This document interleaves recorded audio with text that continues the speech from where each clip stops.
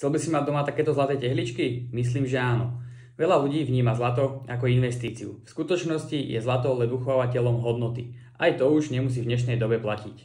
Čísla za posledných 50 rokov ukazujú, že na zlate sa dá zarobiť. Potrebujete ale veľký kus šťastia.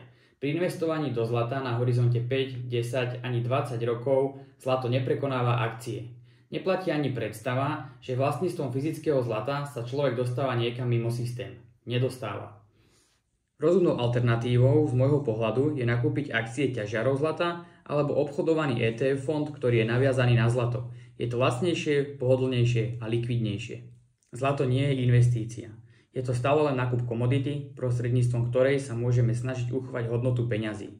Odporúčanie nie len moje, ale aj svetových ekonómov je, aby zlato tvorilo vo vašom portfóliu maximálne 5%. Ak ťa zaujíma viac informácií o investovaní a budovaní majetku, tak nám napíš.